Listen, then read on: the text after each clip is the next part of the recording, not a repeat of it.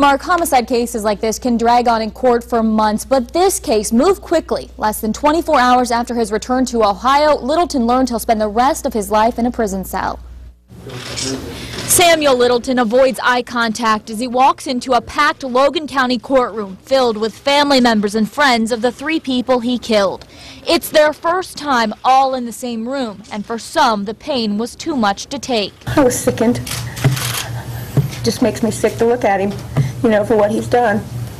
Tears fell as prosecutors read a timeline of the tragic events that led to the deaths of Tiffany Brown, a mother of 2 who would have turned 27 on Friday, and Dick and Gladys Russell, an elderly couple who family members described as defenseless.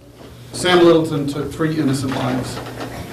He is a murderer and a coward. Littleton stayed silent and looked at the floor for most of the more than hour-long court proceeding. Under Section 2903.01A, aggravated murder, how do you plead? Guilty. However, he refused to say anything to his victims' families, offering no explanation for the killings or even a sign that he was sorry. He could have said a lot, and just a genuine apology, but no, he's a coward. I knew he wouldn't speak to us.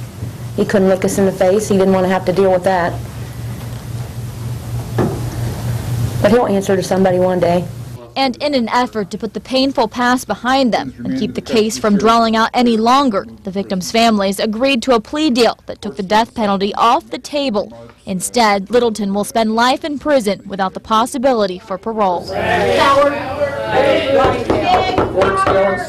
This was our second choice. We really did want to see him die.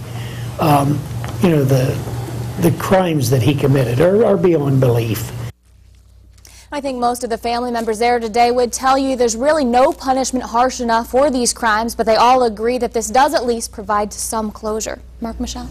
Megan, I think the question on the minds of everyone who's followed this for the past couple of months is why this happened. Did we learn anything at all today about a possible motive? That's a question everyone in the courtroom was asking, and prosecutors really just say every time investigators would ask Littleton that same question, they say he would always respond just saying he didn't know or he didn't remember. Now, family members of Tiffany Brown do say that they think it may have been a motive over money, possibly a fight with Tiffany Brown. For the Russells, we just may never know. All right. Wow. Sad case. Thank Okay. you.